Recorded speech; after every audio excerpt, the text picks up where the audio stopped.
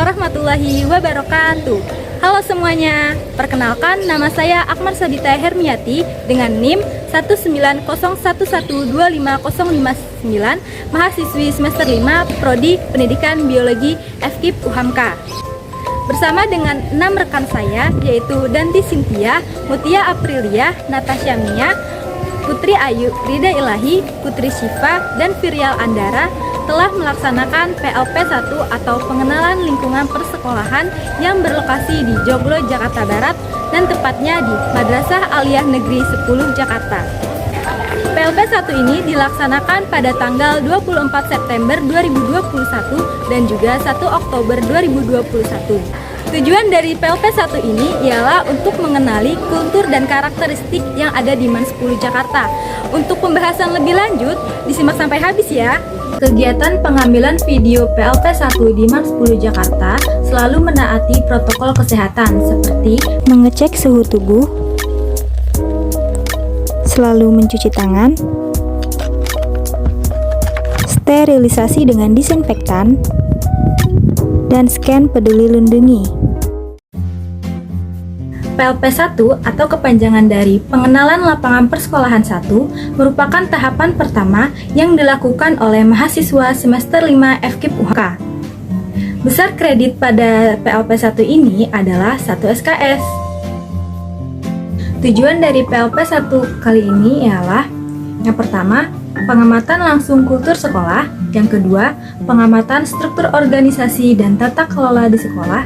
Yang ketiga, pengamatan peraturan dan tata tertib di sekolah.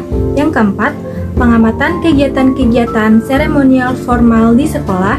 Yang kelima, pengamatan kegiatan-kegiatan rutin berupa kurikuler, kokurikuler, dan ekstrakurikuler. Dan terakhir, pengamatan praktik-praktik pembiasaan dan kebiasaan positif di sekolah.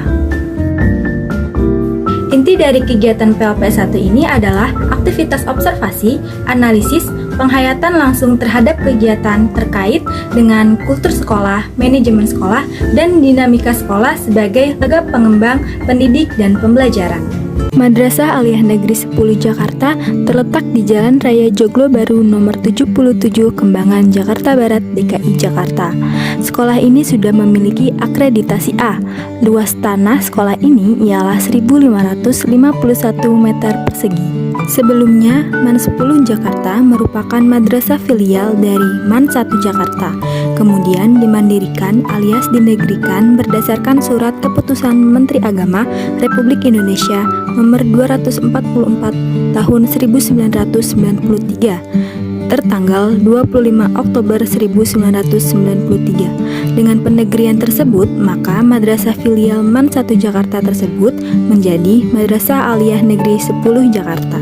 Pada tahun pelajaran 2014-2015, MAN 10 Jakarta telah menerapkan kurikulum 2013 berdasarkan Keputusan Menteri Agama Nomor 165 Tahun 2014 tentang Pedoman Kurikulum Madrasah 2013 mata pelajaran Pendidikan Agama dan Bahasa Arab. Kami telah mewawancarai beberapa narasumber untuk memperkuat informasi terkait keadaan dan kondisi yang ada di MAN 10 Jakarta. Di antaranya yaitu Ibu Dr. Andes Hajah Nurlaila MPD selaku Kepala Madrasah, Guru Pamong yaitu Ibu Yuliana Dwi Aswaro SPD, Ketua OSIS Ahmad Miladi Zikri, dan Adam Putra Setiawan sebagai perwakilan siswa. Sesi wawancara dengan Kepala Madrasah. Bersama dengan Ibu Dr. Nurlailah MPD selaku Kepala Madrasah Aliyah Negeri 10 Jakarta.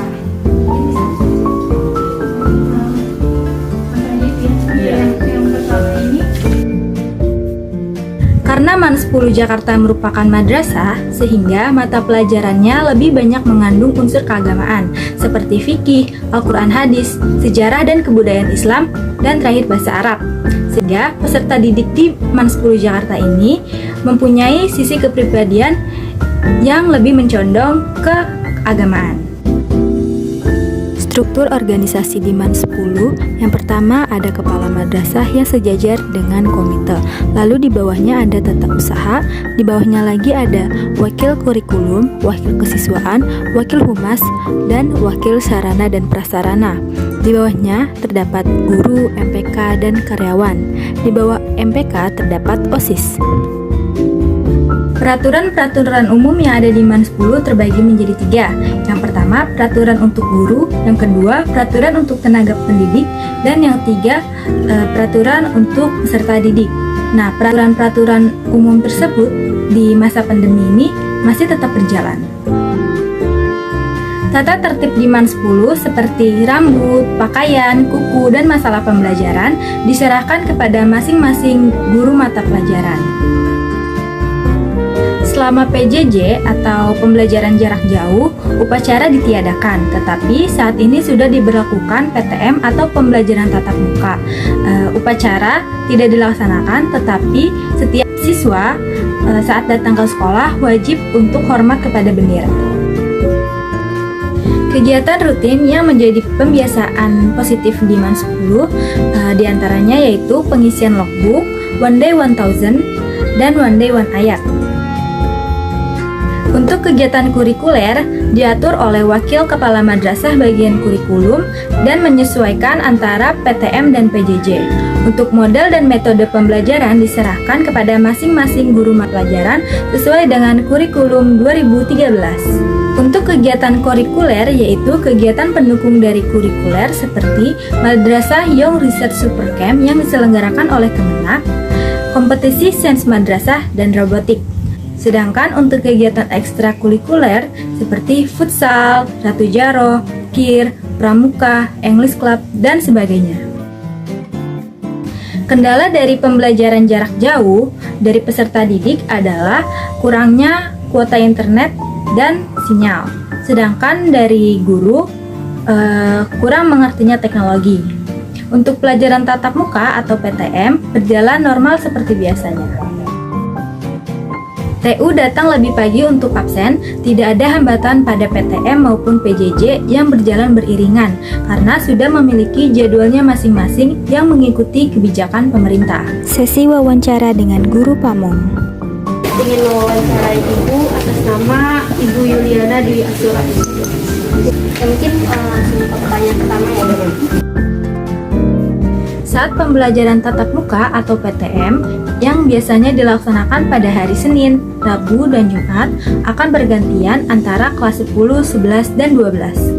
Pada pertemuan tersebut, biasanya siswa akan diberi konsep-konsep materi yang akan dipelajari agar siswa lebih mudah untuk memahami alur-alur mata pelajaran tersebut. Saat pembelajaran jarak jauh atau PJJ, siswa akan belajar melalui Zoom meeting yang dilakukan berselingan dengan penugasan yang diberikan lewat WhatsApp group. Saat pembelajaran tatap muka, biasanya menggunakan metode ceramah dan diskusi untuk menjelaskan konsep dari materi yang akan diajarkan. Sedangkan pada pembelajaran jarak jauh, guru akan menjelaskan lewat Zoom meeting maupun WhatsApp group untuk penugasan ataupun berdiskusi. Adapun platform yang menunjang dalam PJJ adalah Zoom meeting, Quizzes, Kahoot, Microsoft Teams, dan sebagainya. Ketika siswa mengumpulkan tugas, guru biasanya akan mengevaluasi hasil kerja siswa dengan menggunakan voice note yang dikirim melalui WhatsApp group. Sejauh ini tidak ada kendala yang benar-benar mengganggu sistem pembelajaran. Dari awal pembelajaran, siswa sudah dituntut untuk disiplin dan saat di tengah pembelajaran, absensi dimulai untuk mengetahui siswa masih berada di dalam Zoom atau tidak. Caranya adalah berkomunikasi dengan orang tua. Guru dan orang tua harus bekerja sama untuk menjaga motivasi siswa. Dan ketika menjelaskan materi, metode yang digunakan harus menyenangkan. Misalnya, gunakan dua bahasa seperti bahasa Indonesia dan bahasa Inggris, lalu dengan bernyanyi yang berisi dengan kosakata. Wawancara dengan Ketua OSIS dan perwakilan siswa. Di sini kami akan mewawancarai tentang pertanyaan akademik dan organisasi ya. Kegiatan rapat yang biasanya dilakukan 2 kali dalam seminggu di saat masa pandemi seperti ini hanya dilakukan 1 kali dalam 1 minggu. Itu pun melalui Zoom Meeting atau Google Meet. Dan kegiatannya dilaksanakan dengan full online. Seperti yang telah dijelaskan tadi, untuk program kerja dilakukan dengan full online. Contohnya seperti Maulid Nabi, Hari Kemerdekaan, pidato, lukis, dilaksanakan dengan online. OSIS MAN 10 Jakarta sempat melakukan program kerja secara offline, yaitu pada saat kegiatan kelas meeting.